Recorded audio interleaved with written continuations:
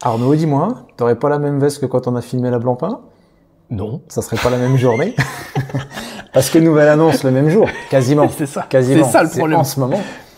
Là, on est chez Tiger et la collaboration avec le Porsche. Exactement. Tout à fait. Aujourd'hui, on va parler de la nouvelle édition Porsche qui est sortie aujourd'hui, pour le coup. Ça, c'est sorti aujourd'hui. On a sur le plateau les autres différentes éditions Porsche qui sont sorties également sur le marché il y a quelques temps. Mais aujourd'hui, on est sur la nouvelle génération de la Carrera Porsche, qui est en fait une montre qui reprend le boîtier de la nouvelle Glassbox. La Glassbox qui est en 39 mm, celle-ci qui est un 42 mm, qui est très belle. Pourquoi c'est 42 du coup? Le Carrera, généralement, c'est du 42. Okay. Sur les éditions Porsche, je parle. La Glassbox est également une Carrera, mais en 39 mm. Et là, on reprend la même forme finalement du verre, etc., que sur l'édition Glassbox. La Glassbox, en quelques mots, c'est une lunette interne au cadran avec un verre très bombé. En fait, si vous voulez, c'est un cadran qui est fait en 3-4 pièces pour montrer vraiment quelque chose de très cohérent, de très unifié dans le boîtier pour ne faire quasiment qu'une seule pièce. Parce que sinon, sur les autres générations, qu'on va vous montrer là, on va avoir le boîtier, une lunette, le verre, qui finalement ne seront pas exactement... Plus à l'ancienne. C'est ça, exactement. Là, on est sur quelque chose de plus unifié, si vous voulez. Donc là, on reprend. Donc ça, c'est les anciennes, celle-ci, où elle a un cadran qui est très grainé, celle-là. C'est ça. Ça, c'est la première génération de l'édition Porsche. C'est vraiment à la sortie de la collaboration avec Porsche. C'est le premier modèle qui est sorti, qui reprend un cadran effet asphalte, donc le bitume des pistes automobiles.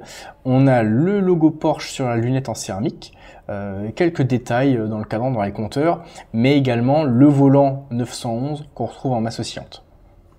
Ok, ouais, effectivement. Alors, c'est sûr qu'on voit la différence entre les nouvelles générations et celle-ci. Alors, celle-ci, pour le coup, elle fait vraiment très, très chrono, j'ai envie de dire agressif. Ouais. Tu vois, un petit peu comme on retrouve des fois sur les Monaco quand on est la squelette. Exactement. Et la Glassbox, elle est un peu plus habillée, un peu plus sexy, même vintage, j'ai envie de te dire. Ouais, c'est ça, un peu. Mais elle a un côté, elle a un peu plus de rondeur, même si au final, quand on prend, alors je voudrais bien prendre les deux juste pour montrer un détail. C'est la partie des cornes où en fait on voit que le boîtier, il y a quand même des liens de similarité entre les deux. Ah bah, on est sur une Carrera, donc le boîtier va être... La forme de la lunette fait vraiment une grosse différence lorsqu'on les a toutes les deux. Le boîtier en lui-même va être quasiment à quelques détails près le même. Ce qui va changer, c'est notamment la couronne, les poussoirs, et forcément après le verre, la lunette, qui va complètement changer le produit, alors qu'on est sur une montre sportive sur bracelet cuir. Mais c'est vrai que ce détail change beaucoup la donne. Là, la dernière déclinaison. Et la dernière déclinaison, c'est la Racing Orange, qui est une édition spéciale. Il y avait une édition limitée l'année dernière qui était sortie exactement la même, mais à la place du orange, c'était du jaune. Donc là, on est sur l'orange, qui est sympa. C'est sur la même. En fait, c'est exactement la même que l'acier, mais avec un boîtier en PVD noir. Pour le coup, celle-ci, je la trouve, alors, elle fait beaucoup plus mastoc et je trouve qu'il y a trop de chiffres, par contre, tu vois. Bah, comme on est sur du noir sur noir, c'est vrai que la lisibilité est peut-être pas forcément la meilleure, mais elle a son côté encore plus le cadran est sympa. Encore plus agressif peut-être que la classique. Et cette nouvelle dans la version Glassbox qui arrive pour ce côté un petit peu plus classique, on va dire. On va reprendre la nouvelle justement parce qu'il y a quand même des points de détail qui sont très intéressants. Alors déjà, on va se mettre derrière sur la partie masse oscillante. Donc là, on est sur du tout acier. Exactement. On reprend ce volant. 33 rubis, Swissmade, le petit logo Tiger. Et en fait, c'est sympa, quoi. T'as vraiment l'impression que t'es sur des mécanismes un peu plus, effectivement, anciens, un peu plus vintage, parce que c'est ce qui marche en ce moment, hein. Mais c'est pareil, le verre est légèrement, en fait, bombé à l'arrière.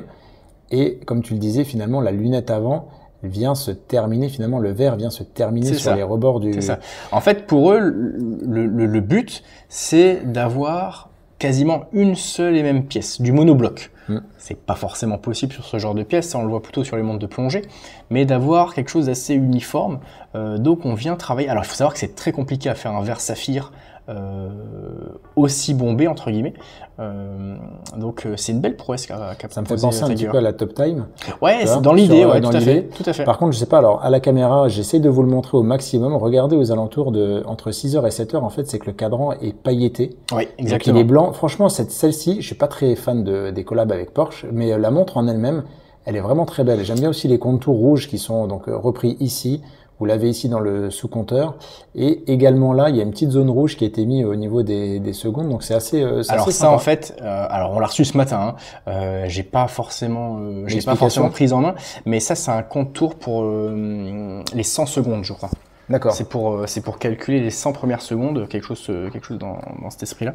Il y a un lien avec le Racing, quoi. Il y a un lien avec forcément. la course auto, mais elle est tu parlais du cadran. Si tu te souviens, on avait filmé l'édition France, la Carrera France, avec le cadran bleu, qui avait aussi ce côté, alors c'est pas de l'aventurine, mais ce côté un petit peu pailleté bleu. C'est la même technique qu'ils utilisent sur ce cadran-là. Il faut savoir que Tag Heuer aujourd'hui a sa propre, on va appeler manufacture de cadran. C'est eux qui font leur cadran en interne. Donc ils ont leur cadranier. C'est ça. Okay. Mais dans le sens où ils ont vraiment toute la technique de A à Z pour fabriquer leur cadran. Ça, c'est sous-traitance, quoi. C'est ça. Ça, ce qui est très intéressant et ce qu'il faut comprendre, c'est que quand une marque a de A à Z des composants, donc que ce soit les boîtiers, les bracelets, les cadrans, ils peuvent vraiment faire ce qu'ils veulent. Ils sont pas obligés d'être dans du très classique. Ils peuvent vraiment faire ce qu'ils veulent. Et ça, c'est un détail, je veux dire minime, mais elle n'aurait pas eu le même impact sur un cadran blanc ou sur un cadran gris. Donc c'est plutôt un très beau détail. Oh, comme tu dis un gris, mais tu vois, on va la reprendre 2 secondes parce qu'on a fait le tour, c'est assez sympa. Alors juste par contre le bracelet, c'est un bracelet cuir. Il y a ici, alors avec la mention 911. Ah, c'est une mention 911, j'arrivais pas à le lire. Voilà, il y a la mention Tag Heuer au dos, il est beau quoi, hein, c'est un bracelet cuir classique. Mais c'est vrai que finalement, chez Tag Heuer, cette Carrera là, le modèle Glassbox, il est vraiment très très beau, quoi. Ouais. On parlait du bracelet, il faut savoir que les bracelets des éditions Porsche sont faits par les selleries Porsche. Donc c'est le même cuir qui est utilisé et il est fabriqué par ceux qui fabriquent les sièges pour les voitures Porsche. Là, donc les délais sont un peu plus longs, un peu plus chers, mais la qualité du cuir est vraiment très intéressante. Là, je suis en train de montrer, alors tu le vois par nous, mais les reflets en fait des index et des aiguilles. Donc tu verras quand tu regarderas la vidéo. Franchement, ça marche super bien. Je sais pas pour vous, dites-nous dans les commentaires ce que vous en pensez, mais moi je la trouve vraiment très très belle. C'est une très belle pièce. Et en termes de prix, on est comment? Alors, c'est une montée en gamme de produits, mais également en termes de prix. Le premier modèle, donc la première génération, sort à 6750. C'est une version-ci, en noir, cadran asphalte. On va voir 6000 parce que je t'ai coupé. 6750. Ok. La version orange, 7450. Et alors là, roulement de tambour. Cette nouvelle pièce, très belle, un très beau prix de 9450. Donc c'est aussi un repositionnement de la marque aussi, hein, parce qu'aujourd'hui sur cette pièce, on est plus cher qu'une Speedmaster. Et on approche à 9950, c'est ça? 9450. 9450, ouais, mais à 650 € près. On est au prix d'une White Birch chez Grand Seiko. C'est ça.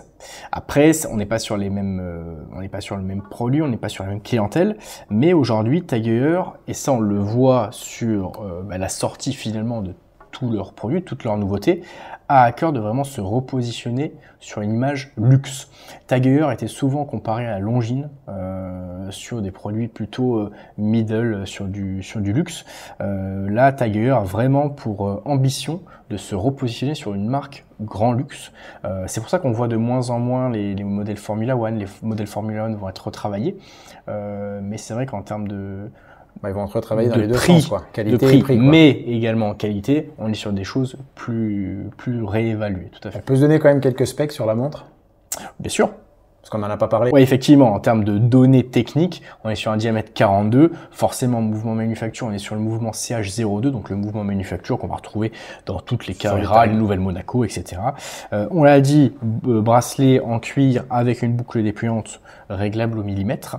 Et puis donc la complication, chronographe, et date, date étanche 50 mètres, si je dis pas de bêtises. Ah, c'est le seul point qui est dommage. Étanche, 100 mètres. mètres. Ah, tu vois, j'allais dire, il faudrait au moins qu'il y ait 10 ATM. Bah, tu vois, on est parfait. On est dedans. Bon, on est dans le thème.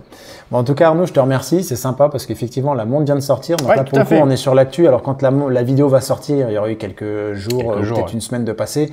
Mais voilà, il y a des vidéos qui sont également programmées. Mais dites-nous dans les commentaires ce que vous en pensez. Est-ce que le up de prix proposé par Tiger vous semble justifié au regard du produit? Perso, moi, j'aime beaucoup le produit. Je vais pas me prononcer sur mon avis sur le prix, mais je la trouve vraiment très réussie, cette Carrera. C'est une très belle pièce. On essaie d'être objectif. Hein. On n'est pas forcément mandaté par les marques ou autres. On essaie d'être objectif. Mais c'est vrai que malgré la hausse de prix, c'est une très très belle pièce. Bon Arnaud, merci à toi. À tous, on se dit à très bientôt. Restez connectés et à plus. Ciao, ciao.